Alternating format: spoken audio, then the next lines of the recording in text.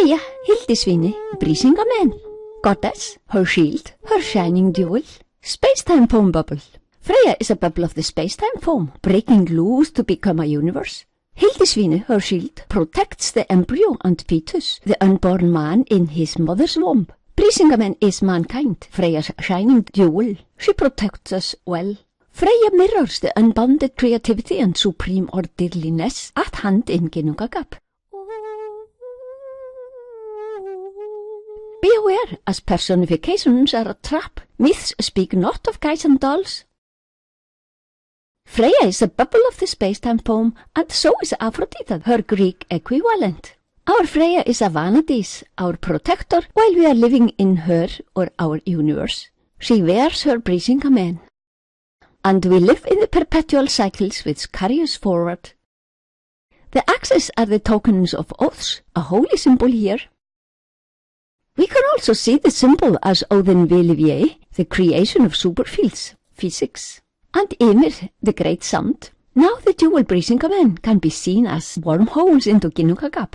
We humans are able to nísa niður, transcend to the unbounded, beyond our Freyja bubble, the universe. We are consciousness. Even if I see thee and thou seest me, we are one. We might not know what we are doing here, as we are not taught anywhere. Why are we not taught?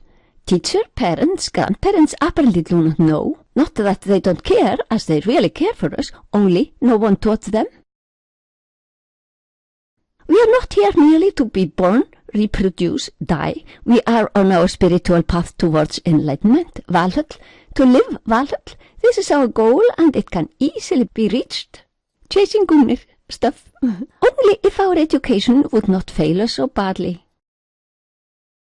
We shall beware of belief in the latter. Belief is in the sphere of thought. It can become very stubborn. Written text might be telling a hidden story, the important one, hidden under the expressed one, allegory.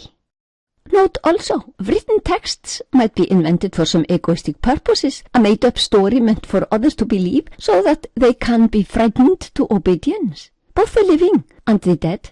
Written text might also be flawed translations which lead us completely astray. Moses Horny has horns. A wrong translation from Hebrew to Latin became cornuta. How much is some misunderstanding? How much was deliberately changed for some egoistic purposes? How much is a sheer invention, then used as the only true truth? Some could be a tool to rule, accompanied by threats on the living and the dead. Do not believe in the latter. Not all sources can be trusted. Who wrote what and why? The patriarchy's goddess substitute, Holy Mary, is of course very obedient to those who use her as a behavioral model for all women under the patriarchy. Women who should, according to them, be suppressed and disdained as inferior creatures. Högni, when will they come?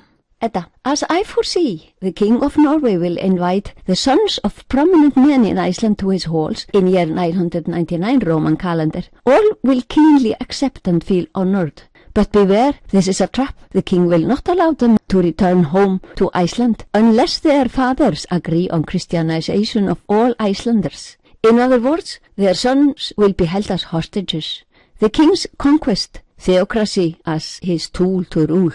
The Roman theocracy, churchianity, will last in Iceland for 1,000 years till the end of the prevailing dark age of ignorance.